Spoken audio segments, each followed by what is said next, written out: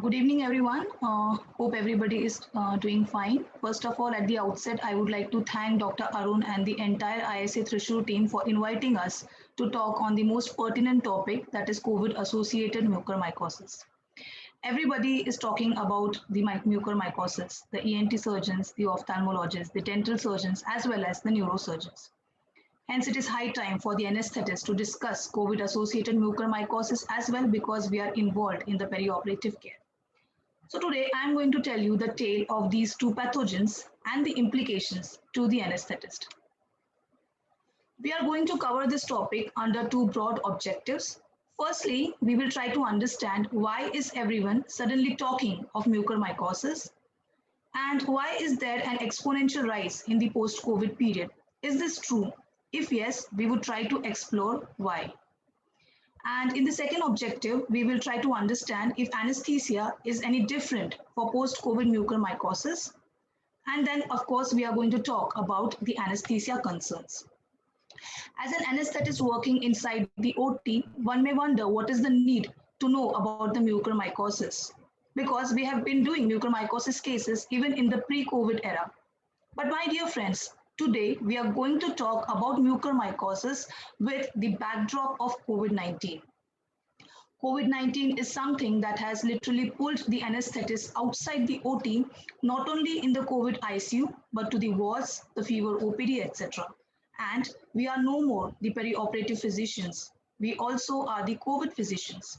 Therefore, if there is any cue or any other perspective that we can provide, which will halt the process of mucormycosis, is certainly invaluable. So what is mucormycosis? The last time that we must have read in detail about mucormycosis must be during the MBBS. We are not going to go into the detail of mucormycosis, but let me first break the popular myth that is doing around these days. Black fungus. Mucormycosis is not black fungus. Black fungus is a separate microorganism. It is an yeast that has its wall abundantly rich in melanin, giving it the black appearance. Mucormycosis is different. What is mucormycosis? In mucormycosis, there is devitalization of the affected tissue, giving it the blackish appearance. So we as doctors should refrain using the term black fungus. The good news is I'm not going to talk the details of the life cycle or the microbiology or histopathology of mucormycosis. But a brief review that is relevant for us an anesthetist is what we are going to see. So as we all know, mucormycosis is caused by a group of molds known as the mucormycetes. And under microscope, there is this characteristic appearance of hyphae and spores. They are cultured on the KOH mount. Alternatively, mucormycosis was also called as zygomycosis or phycomycosis. But mucormycosis is the most suitable term, and that is why it is used. In the past, laymen used to term the patients suffering from mucormycosis as having zombie disease, or the death was termed as Black Death. Black Death was also the term used for plague pandemic. Both these words are very derogatory and mean disrespect to the person suffering from mucormycosis, and hence they were dropped. The fungus is among us. Mucor is everywhere. The mucor is ubiquitous. It is in the soil, it is in the air. It festers on the dead and decaying matter, organic or inorganic. The nasal mucosa also has a heavy colonization of the mucor. But whether or not there will be infection depends upon the underlying system. Humans in particular are resistant to mucormycosis. We are amply exposed to the mucor in our day in and day out activities, but we do not get the infection. Mucormycosis occurs only when the conditions are favorable. So mucormycosis basically is an opportunistic infection. Whenever the circumstances are apt and favorable, the mucor gains access into the blood vessels. There is angioinvasion. There is a predilection to major arteries, and therefore embolization is very common in mucormycosis. The angioinvasion leads to ischemia and necrosis, which subsequently causes infarction of the contagious tissues. And then the classic or the hallmark eschar is seen in mucormycosis, which is the blackish discoloration or the blackish discharge. There are 5 broad types of mucormycosis. rhinocerebral and pulmonary, which are the result of the inhalational route of transmission. Then there is cutaneous, which occurs from traumatic inoculation of the mucor. There is gastrointestinal mucormycosis, which is classically seen in patients suffering from malabsorption syndrome. It is because of the ingestion route. And the most dreaded form is the disseminated mucormycosis, wherein there is angioinvasion of almost all the vessels in the body and carries a high mortality. The target tissue is the paranasal sinus, that is the ethmoid sinus. So whenever there are favorable conditions, the mucus starts proliferating in the ethmoidal sinus, and soon it may penetrate the thin lamina preparatia and gain access into the orbit, where it would lead to what is called as the orbital apex syndrome. The patient is then said to suffer from orbital mucormycosis. The patient presents with blindness, proptosis. Soon the arteries nearby would be involved, leading to central retinal artery occlusion or venous occlusion. The mucor can also gain access into the brain, leading to cavernous sinus thrombosis, sagittal sinus thrombosis. In worst conditions, there could be also cerebral abscesses. And whenever the cranial nerves are involved in mucormycosis, it is an ominous sign. So whether the presence of COVID-19 is really a threat for the mucormycosis. See, in the initial phase of the pandemic, our focus was not to let the patients die of COVID-19. We wanted patient survival. And then soon more and more patients started recovering.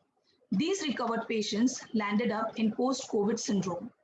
While in most of the patients, this syndrome was benign, the patient used to suffer from simple symptoms or complaints like myalgia or headache. In certain set of patients, they landed up in long-term complications or infections. These were the opportunistic infections, either bacterial, fungal, or dual infection. What is the differential diagnosis of the fungal infections? There could be invasive aspergillosis, that is CAPA, that is COVID-associated pulmonary aspergillosis, invasive candidiasis, invasive mucormycosis, that is the CAM, COVID-associated mucormycosis, or there could be invasive cryptococcosis. Why are we talking only about the mucormycosis? It is because surgical treatment is the definitive treatment for invasive mucormycosis, and that is how we as anesthetists come into the picture for the perioperative care of these patients. Does COVID-19 really trigger mucormycosis? I would call this combination of COVID-19 and mucormycosis as a very evil complication, because the morbidity and at times the mortality increases manifold with this combination.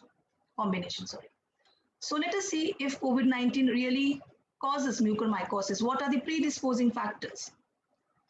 As you would have rightly guessed, the first predisposing factor is the immunosuppression, which is seen in the COVID patients.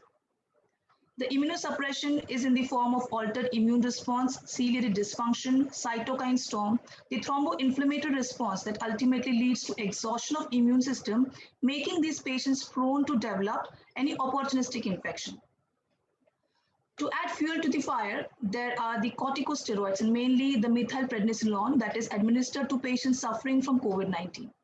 The landmark recovery trial, which was published in June 2020, kind of served as a license to administer corticosteroids to patients suffering from COVID-19. So methylprednisolone was administered to mild, moderate, and severe COVID-19 patients, irrespective of the indication. Certain important messages from the trial as to what steroid, the dose, and the timing of steroids were conveniently overlooked, and that led to the patients developing mucormycosis. Corticosteroids impair the phagolysosome function, impairing the immunity and making these patients prone for developing opportunistic infections. The other set of drugs are the anti-cytokine drugs, the monoclonal antibodies, example the tocilizumab or the itolizumab. They also impair the immunity, making the patients susceptible for infections. Neutropenia, which is seen in any other viral fever. Neutrophils are the primary defense mechanism against any kind of infection. They destroy the hyphae walls, thereby damaging the mucor and thereby preventing the proliferation of the mucor. And this leads to cascade of events, ultimately leading to mucormycosis. These two factors are present in so many other conditions or illnesses. For example, in retroviral disease, the immunosuppression is prominent. But never was mucormycosis as common as it is today after the COVID-19. Why should that happen? Why is the mucormycosis making news and spreading like wildfire all over? There was a press conference by a hospital in Delhi regarding the exponential rise of COVID associated mucormycosis. The ENT surgeons were interviewed regarding the rise in mucormycosis cases. It soon appeared in the local newspaper also, so it became the talk of the town. There are, however, two prominent observations in the rise of mucormycosis which cannot go unnoticed. The first is we all have friends globally and social media has favored our interaction. So when we talk about these cases of mucormycosis, one thing is apparent that it is our subcontinent that is showing an exponential rise in the mucormycosis. That is one thing. So why is the mucormycosis so high in our subcontinent? And the other observation is COVID-19 is an airborne disease. It paves the path for the mucor to go into the lungs. So the lungs which are already affected by COVID pneumonia are rather predisposed to be affected by the mucor in the form of pulmonary mucormycosis. But what is more commonly seen is the rhino-orbitocerebral mucormycosis. So let us explain and answer each of this question. So first is why in India? The mucor am I still with you? Yeah. Yes, madam. Yes, madam. You can continue. Yes. Yeah, there was some message that the meeting is. I should continue this. Yes, Sure, please go ahead. Please go ahead. Mucor is different from other fungi in that mucor depends upon iron. Iron is food for the mucor, as against you talk about candidiasis or aspergillosis, they do not need iron. Mucor festers on iron. So in normal host, this iron is not freely available for the mucor to use. But what happens in diabetes or in patients who have diabetic ketoacidosis, there is free iron, and this iron is the main culprit for the mucor. The mucor, the virulence trait of the mucor depends upon its acquisition of the free iron that it gets from the host. Secondly, why rhino-orbitocerebral is more common than the pulmonary? For this, we will quickly go through this flow chart. Patients who suffer from diabetic ketoacidosis are prone for rhino-orbital cerebral infection, as against those who are immunocompromised will land up in pulmonary infection. This is because in diabetic ketoacidosis, the mucor has a predilection towards nasal epithelial cells, while in immunocompromised patients, they target the alveolar epithelial cells. We would not go into the detail of the pathobiology as to why this happens, but this is it. So we can have or assume a temporal sequence between COVID-19, diabetic patients, free iron, and the rhino-orbitocerebral infection. So this is a sequence which we can assume. So in fact, we are dealing with the mucor in a viral land, and the main element is the iron. As we all know, the importance of this marker, that is serum ferritin in COVID-19. But this serum ferritin is not an innocent bystander. The increase in the ferritin that is seen is because of the iron homeostasis that is disturbed in COVID-19. But whether this increase in ferritin is a physiological adaptation or whether in itself contributes to the pathophysiology of COVID-19 is still debatable. But the fact is there is increase in the serum ferritin and there is increase in the serum iron on which the mucor preys. Any cause of iron overload will lead to mucormycosis. For example, hemochromatosis patients are prone to develop mucormycosis because they have a free iron load.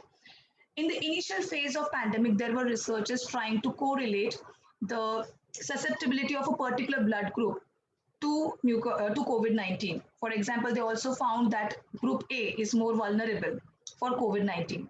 Similarly, it is established that certain blood groups, they are rich in serum iron. So in fact, it could be an opportunity to study this opportunistic infection by comparing the blood groups, the serum iron, and the incidence of mucormycosis in COVID-19. It would be good to see the results. Then, like I said, acidosis. Patients who suffer from acidosis, from diabetic ketoacidosis, or from chronic renal diseases, What happens is normally the iron is bound to the transferrin. It is not available for the mucor.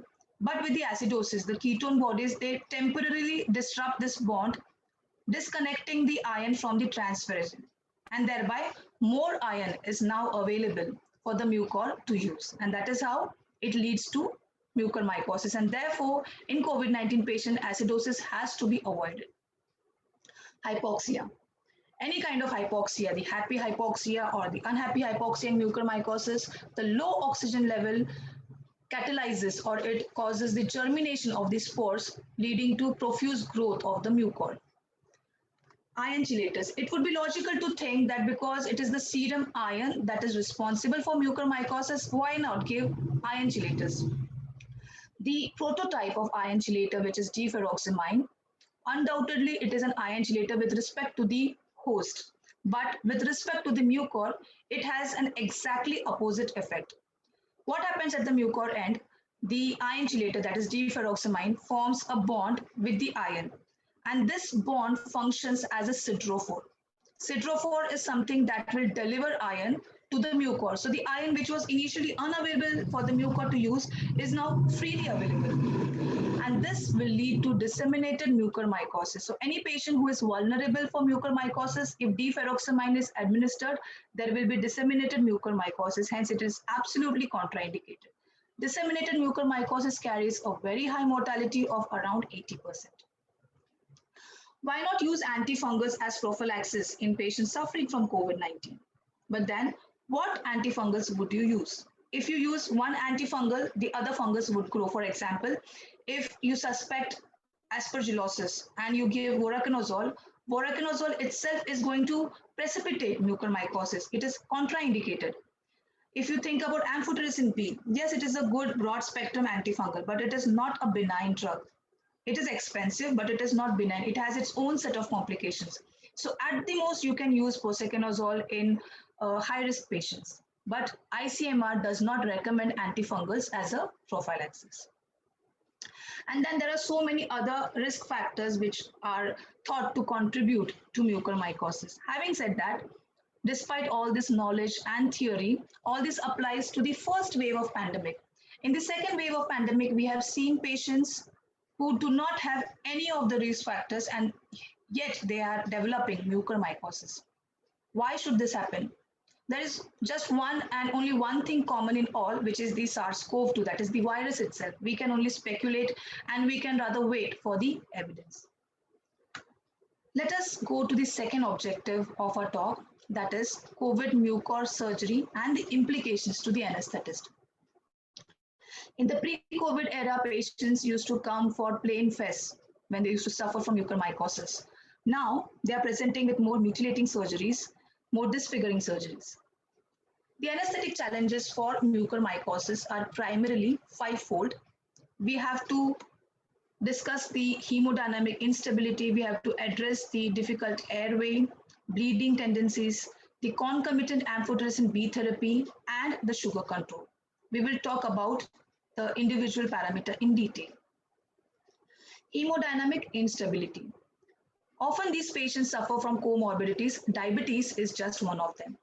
These patients would be having underlying septicemia, so hemodynamic instability is likely.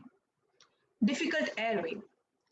Patients are having disfigurement, especially if there is orbital mucormycosis, there is periorbital edema, there is spatial edema, there is pain because of which there is restricted mouth opening.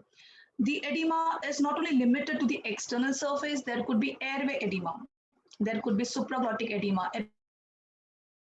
epiglottic edema, making the mask ventilation very difficult. The mucor, instead of penetrating upstream, can penetrate the palate, forming a fistulous tract, thereby draining the fungal debris directly into the oral cavity, risking these patients to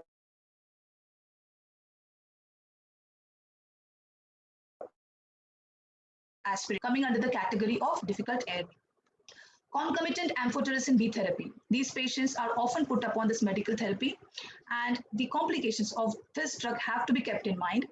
First of all, nephrotoxicity is very common in these patients. Serum creatinine would be inevitably high. Electrolyte imbalance is also common. Hypokalemia is seen in these patients. The hypokalemia is often associated with skeletal muscle weakness, and therefore we have to be cautious when we are giving neuromuscular blocking agents. The drug also adversely affects the heart. There could be arrhythmia, hypotension. This, along with the septicemia, would cause further hemodynamic instability. Bleeding. Although the tissue that is going to be debrided is necrotic, there is avascular necrosis. As soon as the debridement is done, and the surgeons they debride even the healthy tissue so that there is no remnant of the mucor. Soon the raw surface starts bleeding, especially if it is the paranasal sinus, they are highly vascular, so they start bleeding. Although this bleeding can be controlled, it is easily manageable. One has to keep in mind that bleeding may occur. Avascular necrosis also has another implication. Because there is decreased supply because of the critical occlusion of the vessels, the systemic drugs that you are going to administer, the amphotericin B, may not necessarily reach the fungus, the target, and therefore local application becomes imperative. Because of septicemia, there is likely to be coagulopathy, which is to be kept in mind. Sugars. Scrupulous management of sugar is required. There is uncontrolled sugars. Patients may be in diabetic ketoacidosis, and therefore the sugars have to be managed with aggressive insulin therapy. The entire anesthesia plan has to be remodeled, targeting the airway control, the blood loss, and a renal protective strategy has to be opted. So hydration has to be maintained, the concomitant amphotericin B and the nephrotoxicity have to be kept in mind. So one has to avoid the nephrotoxic drugs. So all these parameters are applicable even in the pre-COVID era. But come COVID and we have its own set of issues. When patients are coming now in post-COVID period, we have to analyze the COVID history, the COVID course in detail. We have to know the severity of the COVID, whether it was mild, moderate, or severe. We would have to know whether the patient was put on any oxygen support, whether he was put on ventilator or NIV, because then we can judge the respiratory complications. Most of these patients would be having fibrosis, and we had few patients who also had pleural effusion. So that has to be kept in mind. These patients could be on steroids or interleukin 6 inhibitors, so methylprednisolone, toci, or itolizumab. Why this is important to us? COVID-19 is a notifiable disease. So mucormycosis has become a notifiable disease. So whenever you are doing a case, you have to now report the mucormycosis cases. And if there is any linear relationship that can be that you can give regarding the COVID-19 drugs and mucormycosis, it will aid in the further management and control of this epidemic in pandemic. Most of these patients are chronic diabetic. If not, they develop diabetes in the COVID course, mostly because of the steroid drugs. Almost all of the patients are on antiplatelets, and few patients also could be on anticoagulants. So these have to be kept in mind. So how does the anesthesia plan change? What are the goals of the anesthetic management? Firstly, like I mentioned earlier, there is likely to be residual pulmonary effects. So fibrotic changes are likely. Unfortunately, nothing much can be done about these residual pulmonary effects because at most of the times, mucormycosis comes as an emergency or semi-emergency procedure, and they have to be taken like that. Perioperative anticoagulation. Like I mentioned in the previous slide, these patients are put on anticoagulant drugs. Whether to continue or discontinue these drugs is the major question that we would like to answer. That would largely depend upon the primary indication why the patient was put on anticoagulants. We will be discussing one such case wherein the patient was on anticoagulants. The induction general anesthesia is the technique of choice. Any of the drugs that you use for conventional general anesthesia could be used. There is no ideal agent for general anesthesia. I know of some anesthetists who have been doing FES under local anesthesia in the pre-COVID era. Although here in post-COVID, because of the invasiveness of the mucormycosis, it is advisable to give GA and secure the airway with the endotracheal tube. The ventilation strategy would be no different as to how you would do patients with interstitial lung diseases or with restrictive lung diseases. So a low tidal volume avoidance of PEEP is to be done. There could be anticipated difficult airway. In those cases, you could do rapid sequence induction and difficult airway cart has to be kept ready. Scoling may be used. Patient will be having concomitant amphotericin B therapy. Therefore, the hemodynamic instability is likely, which has to be kept in mind. There is going to be electrolyte imbalance, hypokalemia has to be treated, and renal protective strategy has to be followed. Maintenance. Here also the traditional agents could be used, although there are few researchers which have demonstrated isoflurane to have a fungistatic properties. We as it is use isoflurane for maintenance, so this finding in particular does not make any change in the practice. More important is the control of the sugars. The target should be less than 120 milligram per cent, which should be achieved by insulin infusion if required. So let us see certain interesting cases that we did regarding mucormycosis. The first case that we did was in August 2020, which was in the first wave. One remarkable difference between the first wave and the second wave and the post-COVID mucormycosis is that in the first wave, the gap between the COVID infection and mucormycosis was lengthier. Now, the patients in 2021, that is in the second wave, who are getting infected with COVID-19 in March, they came with mucormycosis as early as the first week of April. And lately, we are getting patients with concomitant mucormycosis. So patient is positive and they have developed mucormycosis. Why that has happened, we do not know the reason, so we'll have to wait for the evidence yet. Let us begin with a very simple case. So she suffered from rhino, that is the mucormycosis was limited only to the paranasal sinuses, so it was less invasive. She was post-COVID on EcoSpin airway and sugar control was good. We did this case exactly the way we would do in the pre-COVID era. There was no difference. She was done in the first wave. This patient is also similar to the first patient. She had less invasive mucormycosis. She was chronic diabetic, but she was a geriatric group. So she had also developed post-COVID atelectasis. We had to accept this patient with a low saturation of 92%. She had good airway and sugar control, and we could extubate her on table. She required oxygen therapy for 1 or 2 days, and she recovered uneventfully. So she was the patient who developed fibrotic changes in the post-COVID period.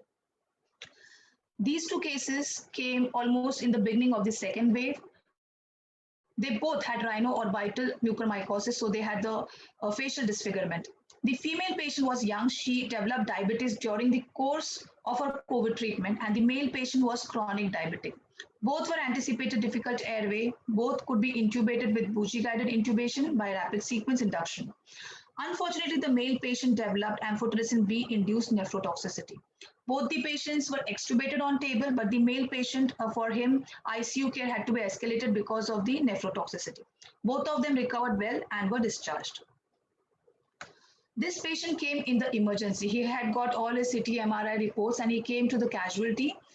And the ophthalmologist who went to see this patient in the casualty, she thought that the invasion is now towards the other eye. So this patient had to be taken as an emergency.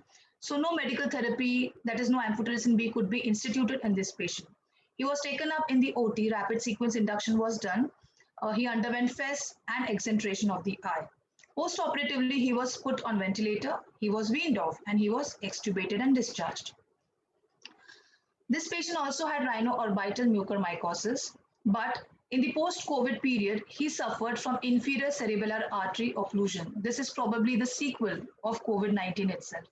He was put on anticoagulant, so initially he was on heparin, and then it was switched over to the NOAC, that is dabigatran, and he was also on clopidogrel. Now, had this occlusion been anywhere else in the body, for example, if he suffered from lower limb thrombosis, we would have discontinued the anticoagulants. But because it was the brain in question, we could not discontinue the anticoagulants. So we had to weigh the risk-benefit ratio and we had to continue the anticoagulants in this patient. We had another similar patient who had vertebral artery occlusion. For him also, we had to continue the anticoagulants. Fortunately, the blood loss in both the patients did not exceed the maximum allowable blood loss and recovery was uneventful. This patient, like I mentioned earlier, there are certain patients in whom the mucor may penetrate the palate, leading to palatal perforation. So she was draining fungal debris into the oral cavity and was at risk of aspiration. Rapid sequence induction was done with her, and while induction, we packed the palatal rent with a gauze soaked in water. Post-op, as you can see in the adjoining picture, obturator was placed. She was extubated on table and she now comes regularly to follow up in the ENT OPD. This was the most invasive orbital mucormycosis that we did. She was initially thought to be having aspergillosis. She was admitted with COVID-19 at our institute only, and in the COVID recovery phase, she required oxygen therapy when she developed mucormycosis. She had diabetes, she had ischemic heart disease, and also had developed pleural effusion. Unfortunately, she also landed up in amphotericin B induced acute renal failure. For her FES and exentration was done. She was extubated on table, shifted to HDU for care, and now she comes to the medicine OPD for dialysis on alternate days. So recovery was good in her. Lately, we are doing patients who are positive and with mucormycosis. So this patient was a 34 years old female who developed COVID-19 and was advised home isolation for 6 days. We thought probably she is the one who is not having any risk factor and yet has landed up with mucormycosis. But we soon realized that she suffered from type 1 diabetes mellitus and she was on insulin and she had stopped taking insulin as soon as she became COVID positive. So that itself was a risk factor for developing mucormycosis. She was on amphotericin B therapy. She also developed DKA, which had to be managed meanwhile while she was taken for the surgery. She underwent FES surgery. She had a good airway and sugar control. And this case had to be done in the dedicated COVID positive OT. So the PPE and the necessary arrangement was done for this patient. So if we have a retrospective analysis of the cases that we just saw regarding the mucormycosis and the COVID course, some salient features I am going to discuss. We saw a male preponderance. Most of the patients were with uncontrolled sugars. Almost all patients in the first wave had uncontrolled sugars. All were being administered amphotericin B except those who were taken as emergency, and in majority of the cases, there was uneventful recovery. As far as the COVID course is concerned, we could not establish any causal relationship between the oxygen therapy or the interleukin 6 inhibitors. So patients were either home isolated or admitted to wards or ICU. So it was not related to the severity of COVID-19. Although all admitted patients received methylprednisolone, that was one contributing factor. All patients were on antiplatelets and few, like we discussed, were also on anticoagulants. So what are the lessons learned from these cases? One important lesson that we learned is that if we have to halt the process of mucormycosis, the preventive measures have to begin from the point the patient becomes positive for COVID-19. Those working in COVID ward or ICU, they know the importance of steroids and how it is used to treat the COVID-19. But there is certain cavalier attitude towards administration of steroids that has to be discouraged. Steroids should be administered only and only when there is hypoxemia. So when it is indicated, it should be given. Alternatives like dexamethasone also should be thought of before giving directly methylprednisolone. Antifungals, like I mentioned earlier, there is no role of prophylaxis. ICMR does not recommend prophylaxis.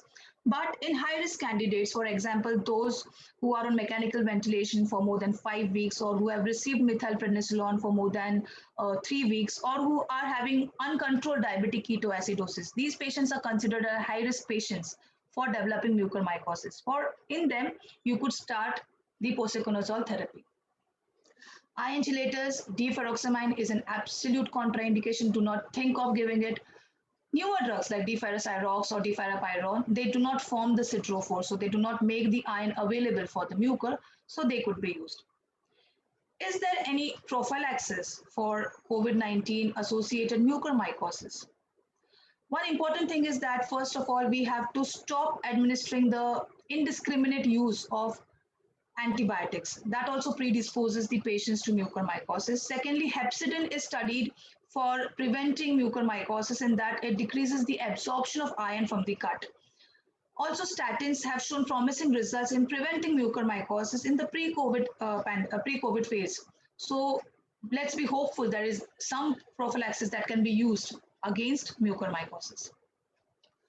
So to summarize, preoperative assessment in COVID-associated mucormycosis is crucial. We need to take a detailed history of the COVID course, of the concomitant therapy, of the investigations following the amphotericin B therapy. All these things have to be kept in mind while consulting or doing a pre-anesthesia checkup in COVID-associated mucormycosis. Inculcating a protocol-based strategy, something which we can call as the code mucor, could be put up in practice. We have one such protocol in our institute, which I will be sharing in the subsequent slide. Anesthesia management in COVID-associated mucormycosis becomes extremely critical. The anesthetist has to handle the airway, which once has harbored the COVID-19 virus. Blood sugar has to be controlled, bleeding has to be monitored, amphotericin B therapy and its complications have to be taken care of. And most of these patients also have comorbidities, so it becomes extremely challenging for the anesthetist. This is the advisory I was talking about. This advisory is by the task force. Fortunately, we have Dr. B.B. Kadam with us, who is also a member of the task force. So while preparing this presentation, I had the opportunity to discuss with him, and I asked him the most intriguing question that is in everybody's mind. Why is there a discrepancy in the mucormycosis patients in the two waves? I thought I will share the answer that he gave to me. So according to him, the second wave of COVID-19 that we are facing is by a different strain. As we all know, it is called as the Indian variant. So he said it is this Indian variant itself has an immunosuppressant property. So whenever the patient acquires this virus, immunosuppression begins de novo. So even if the patient is not given any steroids, if is not given any industrial oxygen, or if is non-diabetic, still is landing up with mucormycosis. So that could be one of the plausible explanation for the exponential rise in the second wave. Like always, I would like to acknowledge my institute and the entire Department of Anesthesia. Each and every faculty, each and every resident is working relentlessly throughout this pandemic. Everyone is involved in the care of mucormycosis patient in one way or the other. I would like to conclude with the Paul Stamets statement here. He is a famous American mycologist. Fungi are the interface organisms between life and death, and it is so very apt for the apocalyptic phase that we are in today. Thank you very much for the patient hearing. Thank you for your kind attention. I again would like to express my thanks to ISA Thrissur branch for having me here. Thank you so much.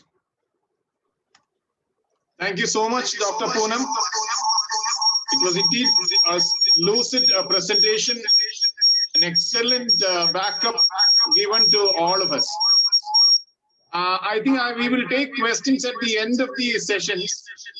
Now we will go on to the second session.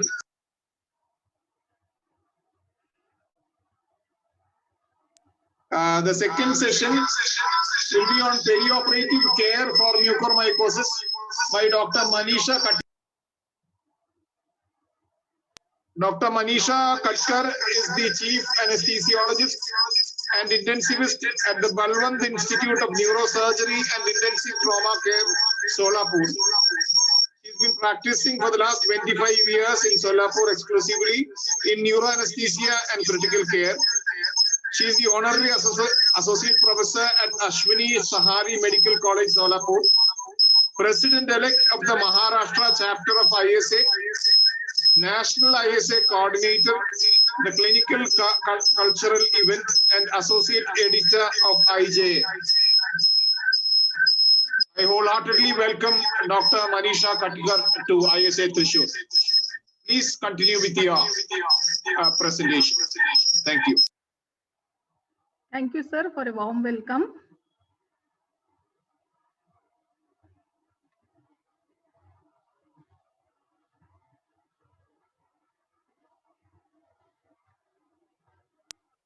Yes, madam, please go ahead.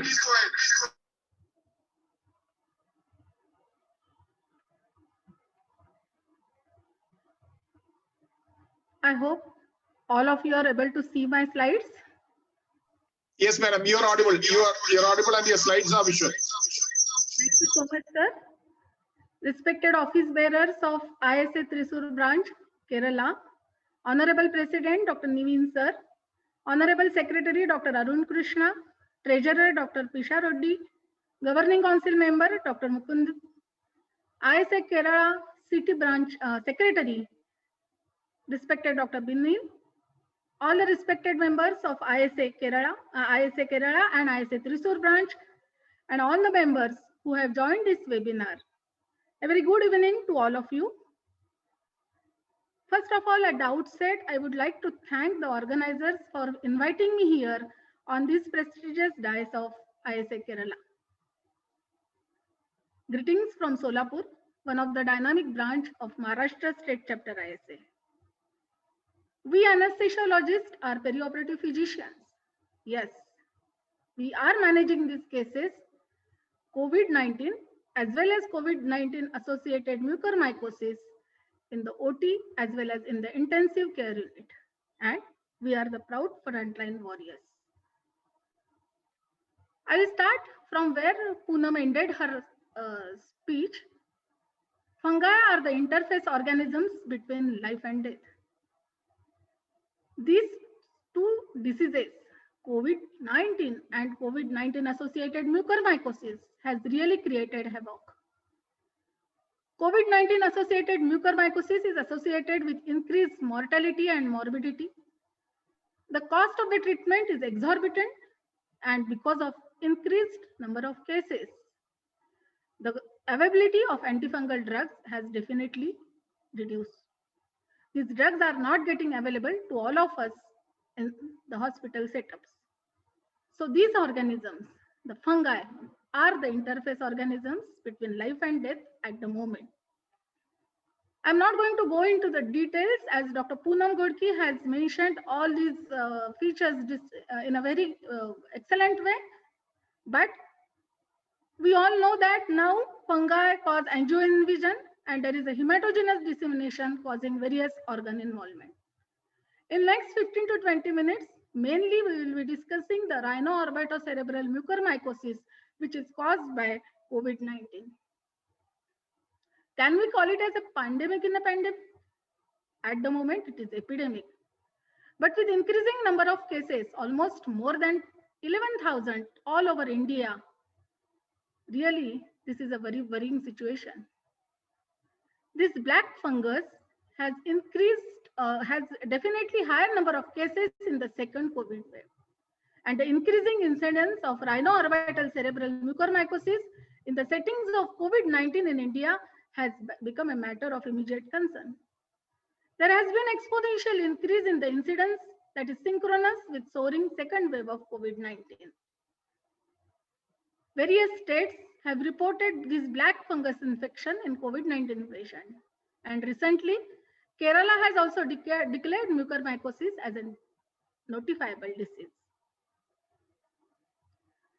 So, this rhino-orbital cerebral mucormycosis is rapidly progressive disease, and a slight delay in the diagnosis or management can have devastating implications on medical survival.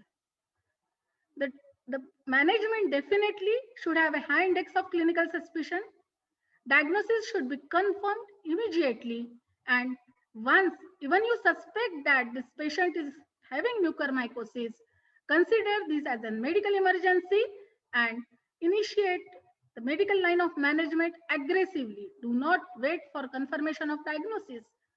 The suspicion even can be considered as a medical emergency, and you start the antifungal drugs immediately, and surgical treatment should be planned by a multidisciplinary team. So what are the stages of mucormycosis? Stage 1 is involvement of nasal mucosa. Stage 2 is involvement of paranasal sinuses. Stage 3 is involvement of orbit, and stage 4 is involvement of central nervous system. So the stage 1 and stage 2 are very important stages. These are the stages where you should suspect clinically that this patient might be having mucormycosis. At the same time, start aggressively on all medical drugs that are available for mucormycosis. If you limit the disease before the first two stages and do not allow the patient to get into the third stage, that is the involvement of the orbit or the CNS, that is the stage 4, definitely the mortality and morbidity that is associated with mucormycosis will be less. So what are the warning signs? We need to diagnose it as a medical emergency. The warning signs are nasal stuffiness, foul smell, there may be discharge from the nose, either mucoid, purulent, or a blood tinged discharge. There is nasal mucosal erythema. Eyelid may show periocular or facial edema with discoloration. There may be a dental pain or a paranasal sinus pain or a facial pain associated with proptosis of eyeball. If there is involvement of CNS, then there is worsening of headache, sudden loss of vision, sudden ptosis.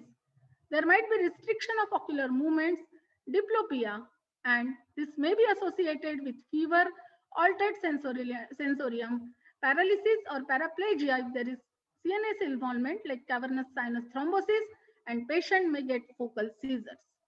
So one must be careful about these warning signs. So how do you manage these cases?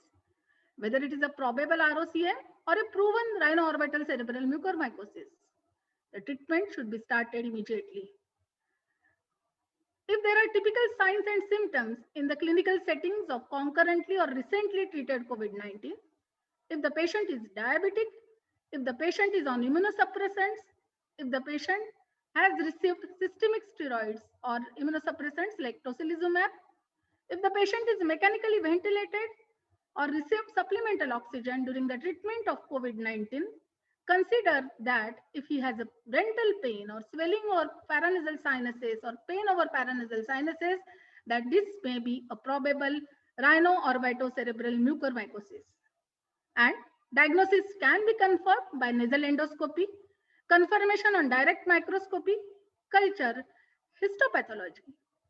To aid in rapid diagnosis, contrast enhanced MRI and CT scan are always there.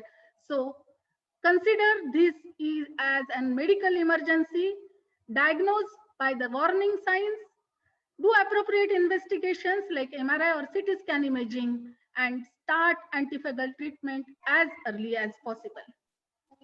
So immediate induction therapy with intravenous liposomal amphotericin B started in the dose of 5 mg per kg with strict metabolic control.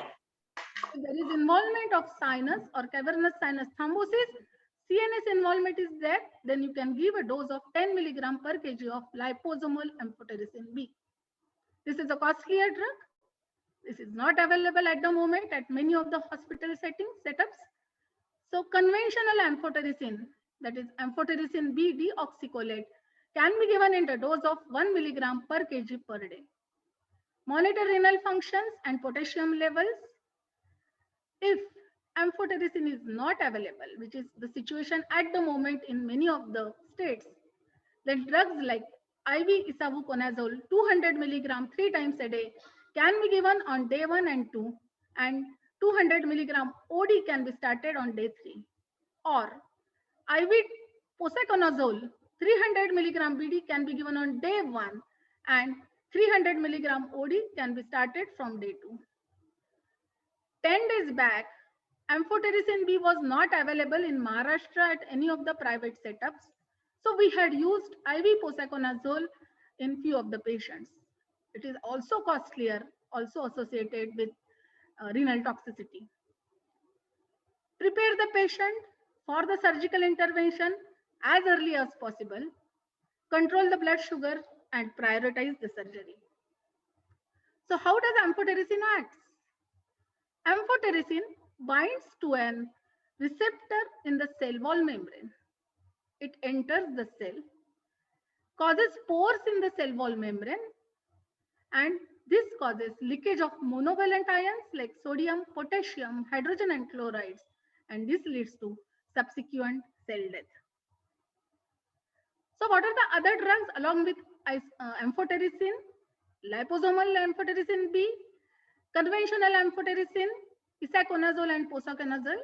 Other drugs like caspofungins, statins, aspirin, and hyperbaric oxygen can be given as supportive treatment. But basic line of treatment, the drug of choice is amphotericin B, and that is liposomal.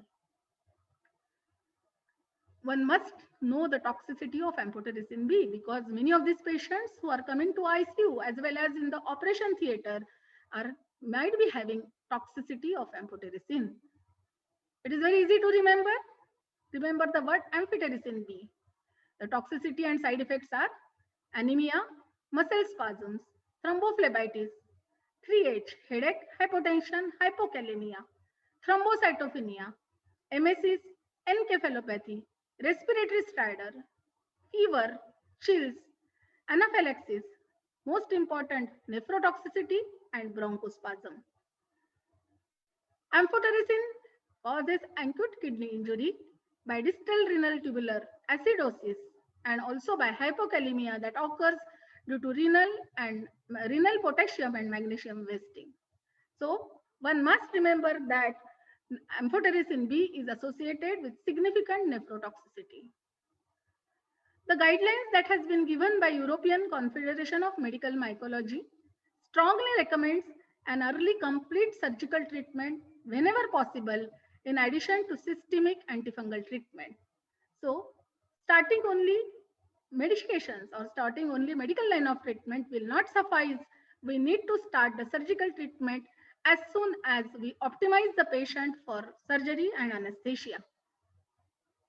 Depending upon the involvement, the surgeries can be turbinectomy, palatal resections, and if there is a stage 3, then medial orbital wall resection or exentration, and of course with clean margins is indicated. Sinus irrigation with amphotericin B 1 mg per ml has been recommended. Orbital exentration will depend upon the need. Stabilize the metabolic conditions perioperatively. Amphotericin B to be continued for 4 weeks minimum, followed by step-down treatment with oral isavuconazole for a period of 3 to 6 months, or for 6 weeks following clinical and radiological regression. So this patient remains in your hospital for a long time after the surgical procedure, or in fact after the diagnosis of amphotericin B. And you need to follow these patients in the intensive care unit as well as in the wards and manage these patients till they are totally free from this COVID-associated mucormycosis. So how to prevent this CAM, COVID-associated mucormycosis? Judicious and supervised use of systemic steroids when the patient is suffering from COVID-19. Judicious and supervised use of immunosuppressants. Aggressive monitoring and control of diabetes. Strict aseptic precautions while administering the oxygen. Personal and environmental hygiene. Betadine mouth gargle twice a day. Barrier mask that covers the nose and mouth. And it has been recommended that in high-risk patients who are diabetic, who are on steroids, you can consider prophylactic oral posaconazole therapy. These patients are on IV amphotericin for a long period, and you need to cannulate the central vein, a central line for giving the drugs. Internal jugular vein should be avoided due to proximity to the infected site and formation of risk of hematoma. And subclavian vein should be the choice of central venous cannulation. What are the perioperative complications? Complications are mainly of that of amphotericin treatment, like nephrotoxicity, hypokalemia, hypomagnesemia, shivering, dyspnea, hypotension. All these complications occur as these patients are receiving amphotericin in the intensive care setup for a period of 1 month. Liposomal amphotericin B has been found to have less complications. So when this patient is receiving the treatment in the intensive care unit, you need to do blood gas analysis and renal parameters and coagulation parameters, and they should be done very frequently when the patient is on amphotericin B. Jeong et al. Has reported that serum creatinine level and thrombocytopenia are the most important factors affecting mortality in patients with mucormycosis. Probably this was the first paper, Mucor in Viral Land, a tale of two pathogens. It was published in the Indian Journal of Ophthalmology after the first wave, where 12 cases of rhinoorbital cerebral mucormycosis were reported from the Indian subcontinent. So what does the literature say? Use aggressive medical and surgical treatment in patients with rhinoorbital cerebral mucormycosis, and definitely the mortality will decrease from 88% to 21%. Mortality rate was found to be 70% in patients who received only antifungal treatment, as opposed to 14% in patients that underwent antifungal treatment combined with surgical treatment. And thus, we need to continue both the treatment, medical line of treatment followed by surgical intervention, and then continue medical line of treatment till the patient is free from the disease. What is the association between diabetes and mucormycosis? We know Poonam has explained in detail that diabetes is one of the fastest growing epidemic. And yes, they have found unholy association between diabetes and severity of COVID-19. Heavy mold spore count has been found in the hospital air because of the hot humid conditions, and one of the strongest predisposing factor appears to be hyperglycemia. So what does hyperglycemia do? It leads to increased expression of endothelial receptor GRP78, and which causes polymorphonuclear dysfunction, impaired chemotaxis. These effects are amplified by the use of steroids and immunosuppressants, and thus diabetic patients are more vulnerable to the development of mucormycosis. What is the association between the steroids and mucormycosis? This was the recovery trial that was published in June 2020. This trial gave a license to everyone to use steroids in the treatment of COVID-19. However, few points were missed. Some important messages were not taken into consideration and they were overlooked. Steroids were recommended in the low dose of dexamethasone for a short duration of therapy was indicated in moderate or severe of COVID-19, along with strict glycemic control and close monitoring of secondary infection. So, while treating the first wave as well as the second wave, we have definitely overlooked the recovery trial, the message of the recovery trial that was published in June 2020. What about other antifungal drugs that are easily available, like drugs like voriconazole? Voriconazole is useful for pulmonary aspergillosis and it increases the pathogenicity of mucor. Many of the times, this voriconazole has been given for treating mucormycosis, but remember that this is not the drug of choice for treating mucormycosis. Dr. Poonam has explained the importance of iron and association, unholy association again between the iron and mucormycosis. So definitely, even if these patients are anemic, please do not start them on iron therapy. So what are the do's? In such patients, when you see them intensive care unit, control hyperglycemia, monitor blood glucose level till the patients are discharged, use steroids judiciously, use clean and sterile water for humidifiers during oxygen therapy, use antibiotics judiciously, as well as use antifungal agents judiciously considering the toxicity that has been associated with them. What are the don'ts? Do not miss warning signs and symptoms. Consider mucormycosis as a medical emergency. Do not consider all the cases with blocked nose as cases of bacterial sinusitis, particularly when the patient gives history of immunosuppression and or COVID-19 patients who are on immunomodulators. Do not hesitate to seek aggressive investigation as appropriate for detecting the fungal etiology. And the most important, do not lose crucial time to initiate medical line of treatment for mucormycosis. COVID-19, the second wave is in surge. Peak number of cases are there. Mucormycosis is also developing in post-COVID-19 setting, is definitely breaking the back of patient's family that is barely recovering from this deadly virus infection.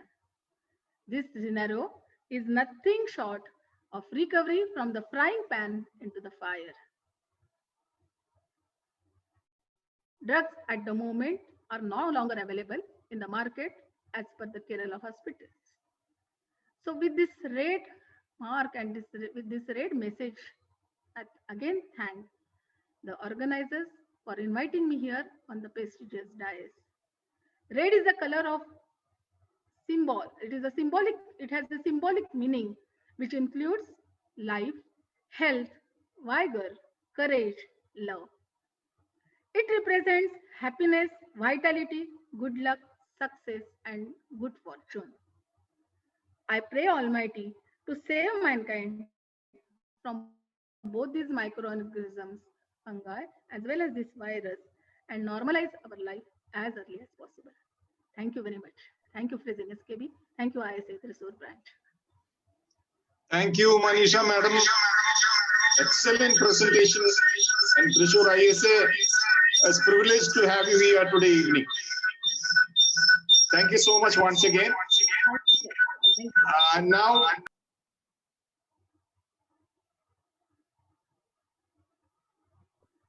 the use of BSS in COVID patients by Dr. Sandeep Bap. I would like to introduce Dr. Sandeep Bapkar. He did his MBBS from BJ Medical College and Sassoon General Hospital, Pune, and his MD in Pharmacology from the Government Medical College, Aurangabad. He is currently working as the Manager, Medical Affairs and Clinical Research, India and South Asia at Fresenius Kabi.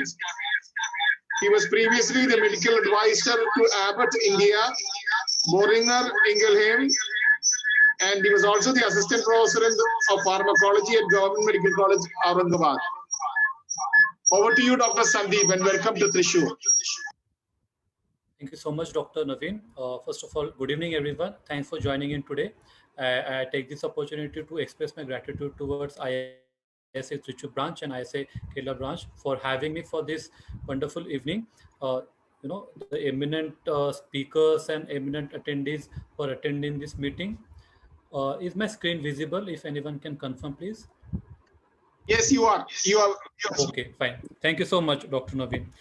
So I again thank everyone for joining in. I'm going to keep my talk very brief, and the topic of my talk is balanced crystalloids in COVID-19.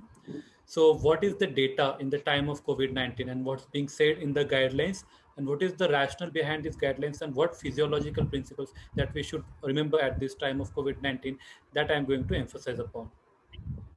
Now, since we first heard about COVID-19, there has been a constant surge in the number of cases, and at the same time, there has been rise of COVID-19 publications. But that is what we call as modern medicine, where we learn, we unlearn, and where we relearn many things. So there are, COVID-19 being a novel disease, there are many fundamental principles that we need to revisit, and we need to build on these principles even when COVID-19 is over. So as a novel disease, general principles of fluid management in critical care provide the foundation for fluid therapy in COVID-19 as well. And the shared experiences of colleagues and hospital management protocols add to that understanding and refine this understanding. The goals of resuscitation and management are therefore constantly evolving as we speak right away.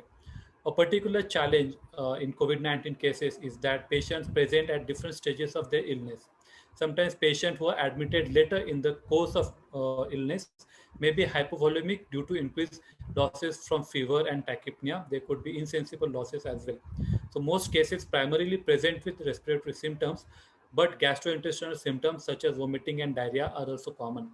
That is why it is important that one should take a concise history, paying particular attention to symptom onset, duration, and clinically assess the patient and individualize the therapy. So fluid administration and fluid management definitely form founding principles of management of patients, particularly in the critical care setup, and judicious fluid strategy whereby fluids is cautiously administered only after preload responsiveness has been assessed as preferable in COVID-19 cases. So there are many organizations and professional societies which have published guidelines on the management of patients with COVID-19. Now these guidelines are under different subheadings, right from the use of antiviral drug, immunomodulator treatment, oxygen therapy. But one important aspect of those guidelines is the hemodynamic management of COVID-19 cases. So with regards to fluid therapy, core recommendations stem from the initial surviving sepsis campaign guidelines for the critical ill cases, and along with that, COVID-19 specific updates have been given. There is no direct evidence that we need to understand that related to the fluid strategy, the trials have not been conducted, but whatever evidence in present in the guidelines with sepsis and acute respiratory distress syndrome. So that is why we need to revisit some of the important clinical trial that to understand the origin of these guidelines. So talking first about the Surviving Sepsis campaign guidelines on management of critically ill adults with coronavirus risk. Adults with COVID-19 in shock, suggestion is to use dynamic parameters such as skin temperature, capillary refilling time, serum lactate measurements over static parameters in order to assess the fluid responsiveness. And for acute resuscitation of adults with COVID-19 and for acute resuscitation, the recommendation is in favor of crystalloids, that is crystalloid should be used. And amongst all the crystalloids, balanced crystalloid or buffer crystalloid should be preferred over unbalanced crystalloid. So unbalanced crystalloid, saline is unbalanced crystalloid which gets used very rampantly. That is why preference should be given to balanced crystalloids, and colloids should be avoided. Colloids including albumin, dextran, gelatin, and hydroxyethyl starches should be avoided in acute resuscitation of COVID-19 and shock cases.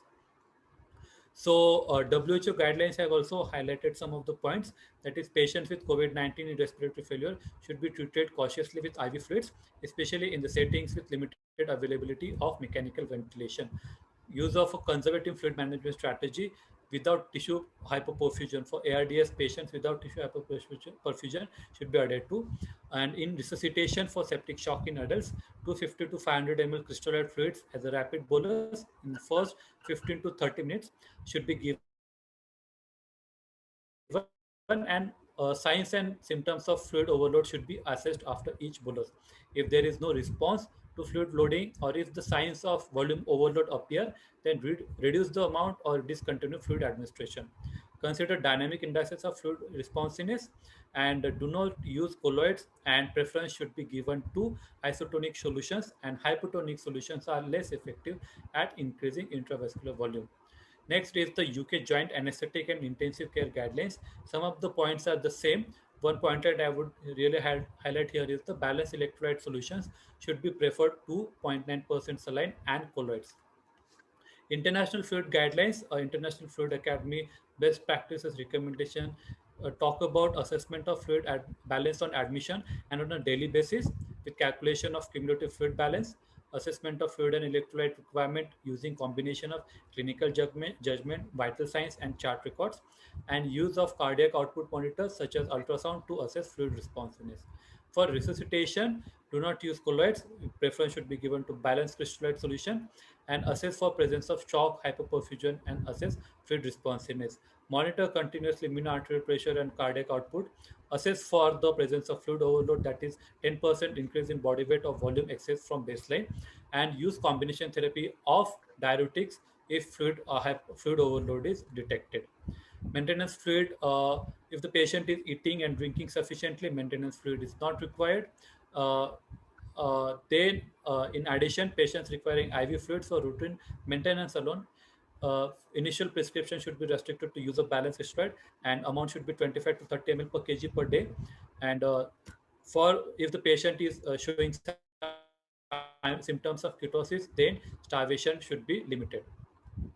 One definite principle is adhering to fluid stewardship, that is the selection of fluid, duration of fluid, then de-escalation of fluid, and for the right patient, right fluid should be given. Next is the NIH COVID on the emphasize on the use of balanced crystalloid over unbalanced crystalloid for acute resuscitation, and the recommendation is against use of colloids, and norepinephrine should be preferred as the first choice vasopressor, and when it is not available, panel recommends against the using dopamine. Now we have like seen WHO guidelines, surviving sepsis guideline, then NIH guidelines, UK Joint Anesthetic guidelines. One point that really is highlighted in all these guidelines when you read in depth the rationale behind this guideline is there is the correlation between kidney disease and in hospital death of patients with COVID-19.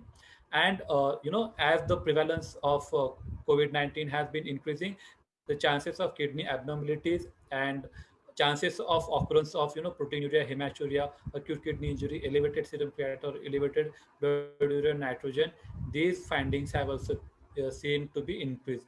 And clinicians should have more awareness of kidney disease in patients with COVID-19 as well. So what is the correlation? Because this point has been highlighted because fluid therapy is closely associated with the renal output in critically ill cases and patients admitted to ICU. So I would like to emphasize on one of the key trial that was conducted a couple of years back, that is SMART trial. It was a pragmatized cluster randomized multiple crossover trial conducted in Vanderbilt University, United States, where the primary endpoint was make 30 criteria, that is measure adverse kidney event within 30 days of patient admission.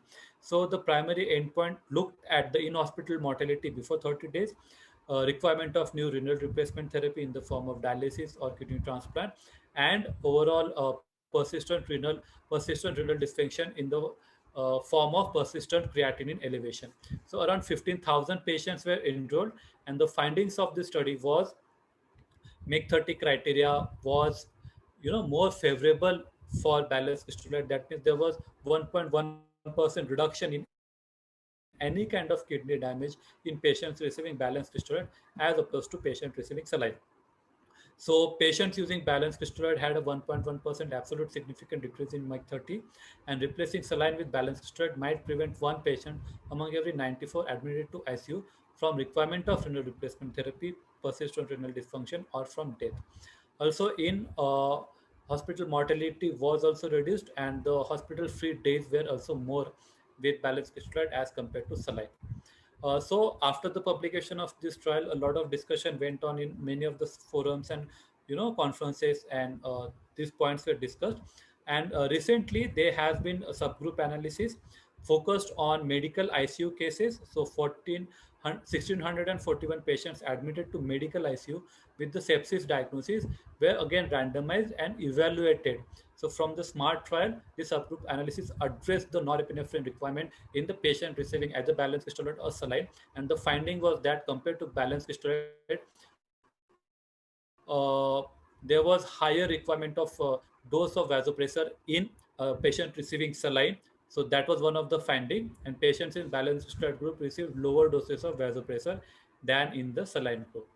Now, recently, in year 2021, uh, in the journal Chest, this one very important subgroup analysis again from the SMART trial was published, where they looked at the timing of when the fluid is administered and which fluid is given at what timing. So this trial evaluated the impact of and what is the impact of fluid composition during early resuscitation in emergency department versus late resuscitation in ICU on sepsis outcome. So what happened in the SMART trial in the initial phase, that is from June to December, patients initially came to emergency department. They received any kind of fluid, means some patient received saline, balanced steroid. There was no randomization at that point.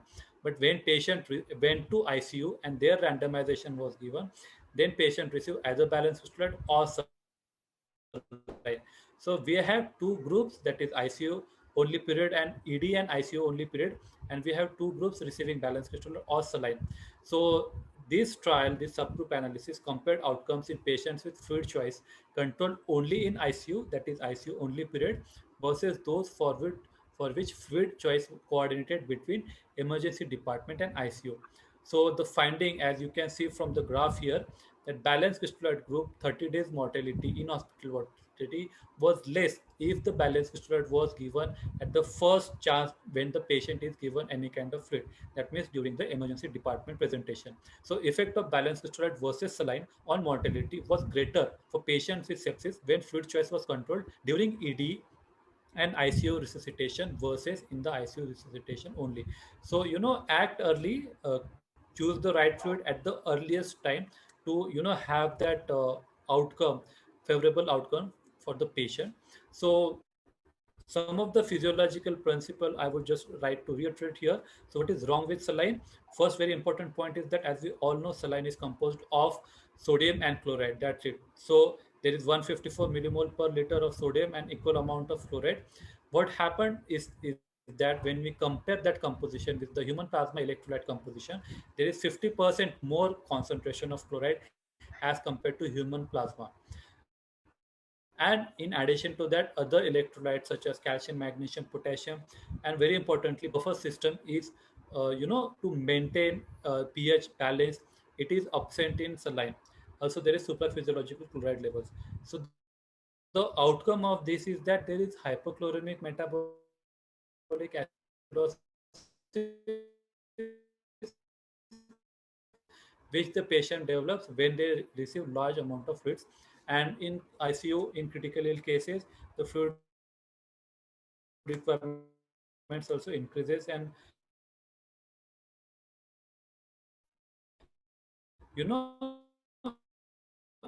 we are putting the more and operative surgery. So there have been ample of trials, ample of evidence. I've just took one of the evidence in that, which was a retrospective cohort trial of the data set consisting of more than 22,000 patients, surgical patients, and the association between hypochloremia and poor postoperative outcome was highlighted here. So from the same trial, if you increase the chloride concentration, the probability of death went on increasing within the 30 days of surgery, as the serum chloride concentration went on increasing. And the causative factor behind that is the saline administration. And again, one of the very important thing that to be relearn here is the tubuloglobulin feedback mechanism and what is its association with the chloride concentration. So first thing is that whenever there is increase in GFR because of any causes, macular densa cells at the distal columnar tubule detect that increase in GFR. The mechanism of detection is by sensing the increased chloride concentration within the tubule. After that, macular densa cells detect increased chloride concentration within tubules. It will release local mediators which will stimulate afferent arteriole, leading to afferent arterial constriction and resistance in. Because of the increase in resistance in afferent arteriole, hydrostatic pressure in glomerular decreases. That is how GFR decreases back to normal level. This is physiology. This happens whenever there is abnormal increase in the GFR. But what happens when we are giving saline to the patient?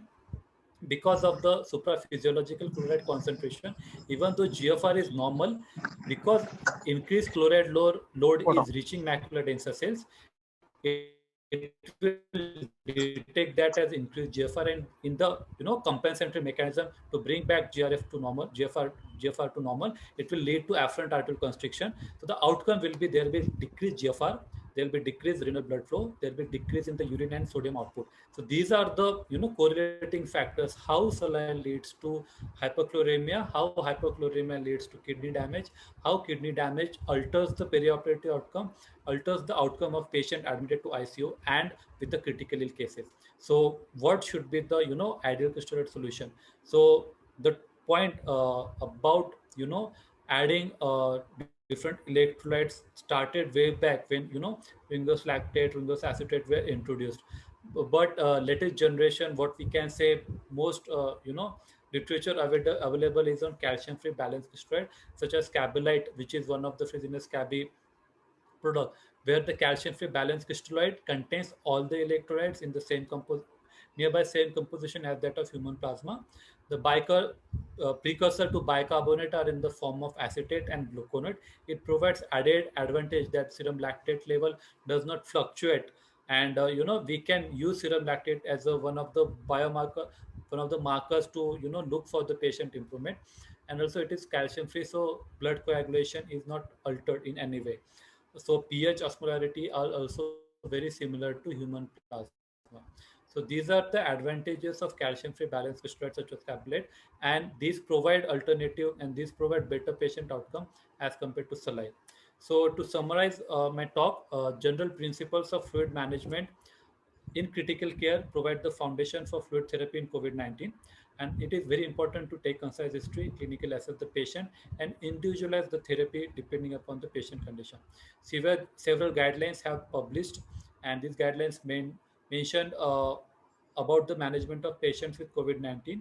These include surviving sepsis campaign group guidelines, WHO and UK joint anesthetic intensive care guidelines. Overall, the guidelines, the bottom line is balanced crystalloid solution should be preferred versus saline and colloids. We have seen the rationale behind that. We have seen, each one of the things should be correlated. That is why with every available evidence, we are again going back to basics. We are learning back the basic things, how the treatment outcome can be improved. And one simple step, one simple measure such as selection of the right fluid to the right time at the right patients can, definitely improve of the patient outcome. So that was my take-home message, and that was in brief about the balanced prescribed in COVID-19 situation. I once again thank the organizers. I thank my Fresenius Kabi team, and I also thank eminent speakers from today for this wonderful presentation today. And I thank audience for their patient hearing. And with this, I conclude my talk. Thank you so much. Thank you, Dr. Sandeep. Before I go into the questions, there are 2 questions in the chat box. But before I go into the questions, I would like to inform you something very important. Excuse As me. the president of ISA Trishur, I am really. Excuse me, Dr. Yeah. Yes, Arun. Your voice is echoing. Arun. Your Yes, voice yes. is echoing. So, Just a minute. Just a minute. I think you are logged in two separate accounts, 2 separate devices. That's Yeah. yeah. See, I have been viewing from 2 sources. One from my phone, because in between my internet connection got cut. That is why. So, see, one thing I would like to say, I'm so proud as the president of ISA Trishur. Today we had nearly 200 participants, and our academic sessions are widely accepted from people. I mean, not only from India, we have regular overseas viewers also. So for people who have come today, all those people would like to be our partners in academic sessions. Dr. Arun Krishna has shared a link in the chat box. You can very well, take it down, or both mine as well as Dr. Arun's phone numbers have been given there. You can take it down and you can message us, so that we will also involve you in the next academic sessions. So that is one important thing which I would like to inform you. Next, we will go into the questions. There are 2 questions in the chat box. One is regarding intense insulin therapy, and the second one is regarding pre-anesthetic evaluation protocol in mucormycosis patients. Madam, I think any one of you can take this. Whoever feels it comfortable, you can take these questions. One is regarding intensive insulin therapy, and Dr. Poonam or Manisha, madam, anybody can do it. I would like to talk on the intensive insulin therapy. As Dr. Poonam madam has already mentioned, that the blood sugars should be controlled, and that too very fast, because we need to optimize these patients, and the patient need to undergo surgical intervention as early as possible. So intensive insulin therapy means this patient need to be admitted in the intensive care unit, should be started on IV insulin, and by every 1 hourly their blood sugar should be assessed and should be brought below 180 milligram per DL, so that this optimization of blood sugar will avoid all complications that are related to COVID-19, as well as that are related to hyperglycemia, and will definitely decrease the mortality and morbidity. We need to optimize the blood sugar as early as possible. So please start him on IV insulin, which we are not routinely doing, but in such cases we need to do that. Assess urinary ketones, do an ABG, find out there is no acidosis, do serum electrolytes, check for serum sodium, potassium and magnesium, and control the blood sugar as fast as you can, so that surgical intervention can be done immediately. Yes. Hello, sir. Thank you, madam. Thank you, madam. And this next one is on pre-anesthetic evaluation protocol in mucormycosis, if any. Dr. Poonam. Yes. I would like to answer the initial previous question also. The intensive insulin therapy basically has to be very aggressive. When patient at leisure to control the DKA first and then take the patient for surgery. Mucormycosis and diabetic ketoacidosis, they soon land up in a vicious cycle.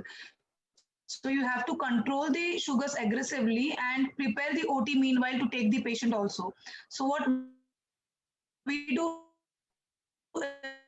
is at infusion at around the rate of 15 ml per hour. So that would be 6 units per hour. And we would bring down the sugars dramatically to at least 180. And then we can lower the dose, if that is what the question was, as to what should be the insulin therapy. And Okay. Madam, The second question was? Okay, the next question is on pre-anesthetic evaluation protocol in Pre-anesthetic protocol. Evaluation. Is intended. If any any special questions to be asked or anything we have to be vigilant about that. I think the evaluation protocol is what. There is no separate protocol per se. We just have to take the history correctly. That is what I feel, the COVID course history. And probably you have to take a detailed history of the diabetes. Okay, thank you, madam. There's one question. Take on industrial oxygen linked to mucor. Your take on industrial oxygen link to mucormycosis. Madam, would you take? Manisha, madam, can you answer your take on industrial oxygen linked to mucormycosis? Hello, am I audible? Yes, ma'am. Yes, yes. Sir, can you please repeat the question? Is there any madam, your take on, yeah, Arun, please say. Is there any link for the mucormycosis and industrial oxygen usage, or whether the reuse of mask and so many things are being said for the sudden rise of mucor cases? So is there any link for mucormycosis and industrial usage of oxygen and the reuse of mask? See, this is the first time I think we have used industrial oxygen because of the lack of availability of oxygen, that is the medical oxygen. Yes. And for the first time I remember in last 50 years that I've read that industrial oxygen was at least tried for COVID-19 mucormycosis. At the moment, this topic is really controversial. The people who are mentioning that it might be helpful, the researches and protocols are not there. So I'm really not in a position at the moment to say about the association between the all mentions that it is not useful. It is not very good to go for industrial oxygen, though it was considered life-saving in that emergency situation. Okay, madam. Poonam, you have to add anything about it? Yes, just one thing, madam, you answered it already, but just one thing, oxygen, high flow of oxygen is itself fungicidal. It is considered as fungicidal, but maybe the industrial oxygen, it is hyperbaric oxygen. Yes. So maybe because of the impurities of the oxygen that is there it is prepared in under unhygienic conditions. So maybe that is leading to mucormycosis. We are not so sure, but there are cases even who have not been administered oxygen at all in the COVID course are still developing. So that is still a speculation, I suppose. Okay. Madam, there is another question which was a continuation of the earlier insulin therapy. This one person has asked, can you clarify some more how you decrease the insulin on the hourly basis? Yeah, sir. What protocol we follow in our intensive care unit is we put 50 units of Actrapid in 50 ml of normal saline.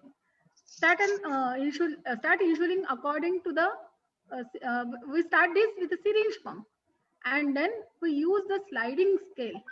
Like suppose if the sugars are less than 150, we stop insulin. Next 1 hour we will do the blood sugar again. If the sugars are 282, then we will start the insulin according to the protocol. The protocol is like this. If the insulin is between the blood sugar levels are between 150 to 180, the sliding scale is use 1 unit per hour. If the sugar levels are between 180 to 250, start 2 units per hour. If the sugar levels are between 250 to 300, then start 2.5 ml of insulin through the syringe pump per hour. If the levels are more than 300, increase your this insulin syringe pump levels to 3.5 ml per hour. And depending upon the levels of blood sugar, you can increase or decrease the levels of your syringe pump levels and the insulin that is going through the syringe pump per hour depending upon monitoring the patient and by doing the blood sugars per hour. So the sliding scale basically you follow. The protocol differs from place to place, but the high because you want to avoid hypoglycemia, because this large dose of insulin we are giving intravenously. So the basic aim is to avoid hypoglycemia. So do blood sugars 1 hour. Okay, madam. Madam, for the next question, I would like to invite our most respected past president of ISA Thrissur, Dr. Ravi TR. Sir, you may please unmute and ask the question, sir. It's our privilege to you. Ravi, sir, please unmute and ask. Ravi, sir. Okay, his question is role of hypotensive anesthesia, because for the FES surgeries, ENT surgeons will be asking for reducing the BP and associated renal problems. So the role of hypotensive anesthesia in mucormycosis, that is his question.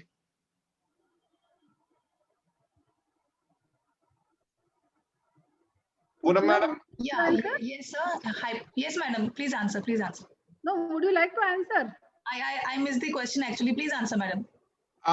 No, sir has asked what is the role of hypotensive anesthesia in because this especially for COVID-associated mucormycosis in patients who are undergoing FES surgery. Sir, I personally believe that these patients are really compromised. They are diabetic. They have received steroids. They are hemodynamically unstable, and it becomes really difficult many a times to keep their mean arterial pressure at the normal range. Whatever you need to have a good renal perfusion also for the good renal output. So as such, frankly speaking, hypotensive anesthesia, which is given routinely for other FES surgeries, may not be advised in this group of patients who have COVID-associated mucormycosis. Yes, madam. In fact, we have hypotension, which is not deliberate, but hypotension occurs intraoperatively, for which we have to resuscitate the patient. So I would not deliberately induce hypotension in mucormycosis, especially in the post-COVID mucormycosis cases. So these patients have significant hypotension following induction dose of propofol, even if you give in titrated doses. So you have to be really very, very careful while giving even drugs or the myocardial depressants like propofol, or adding drug, as Poonam said, that isoflurane can be fungicidal. So while adding these drugs, you have to be really, really very, very careful. Ravi sir, do you have anything more to ask? Okay, thank you. And I think this will be the last question. No. Madam, in which physical status we should frame the mucormycosis patient? I think they asked about ASA status, I think. In which physical status we should frame the mucormycosis patient? That is the question. The presence of mucormycosis per se will not decide which physical status the patient should be categorized as. It would be again because of the comorbidities. ASA doesn't take into consideration the mucormycosis. So if he's diabetic, uncontrolled, control, if he's having any other comorbidities, that is how you would classify. Mere presence of mucormycosis will not lead us to classify the patient as per the ASA physical status.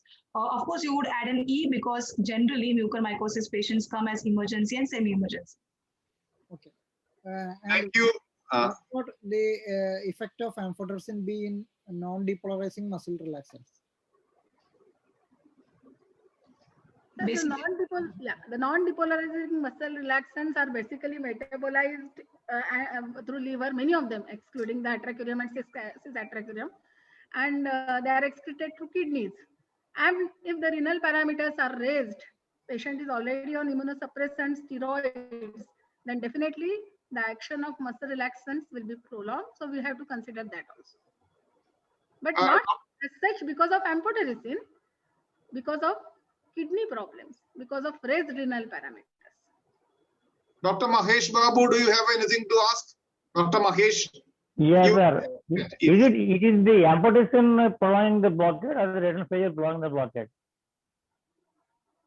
Is the drug itself is prolonging the blockade because of atrial disturbances, or it is the renal parameters that prolong the blockade?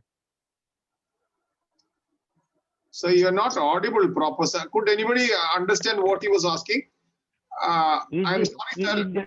Is amphotericin be the culprit in prolonging the neuromuscular blockade, or the renal problem is the culprit for the prolonged neuromuscular blockade? Basically, it is the hypokalemia. We have to worry about the hypokalemia associated with amphotericin B. Hypokalemia would potentiate the muscular weakness, skeletal muscular weakness, which will be again potentiated by the non-depolarizer agents that we are going to Yeah, exactly. Basically, we have to monitor and be cautious while we are giving these agents. That's it. If potassium is normal, you have to closely monitor it. If it is normal, then there should be no interaction between the two clearly.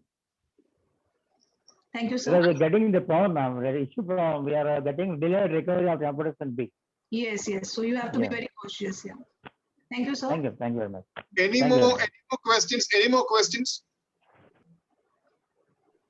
So, ladies and gentlemen, as we come to the end of this academic session, I thank all three speakers, Dr. Poonam, Dr. Manisha, and Dr. Sandeep, for their excellent presentations. ISA Thrissur is really proud to have you here. Very privileged to have you here today evening. The credits of the show goes to my super vibrant secretary, Dr. Arun Krishna. As usual, every academic session of ISA Thrissur is being managed by him. So as usual, the credit goes to him. Niveen, So just a minute. yes. Arun, yes. Like to thank our sponsors, Fresenius Kabi. Is someone present from Fresenius Kabi? Is anyone present? Is Deepak there? Is Deepak present? Deepak is not there, sir. I am Prashant, Regional Sales Manager for Fresenius Kabi. Yeah. Okay. Thank you, sir. Fresenius Kabi for supporting our CME sessions. I'd like to associate with you for more sessions. Okay. Okay. Good night and thank you one and all. We would like to associate with you for more academic sessions in the future, and I'm sure that we will be disturbing you all once again. Yeah. Okay, sir. Thank you so much. It is our privilege totally. It is our privilege totally. Thank you so much. Thanks so much. Good night. Take care and be safe. Thank you. Thank you. Thank you. Thank you.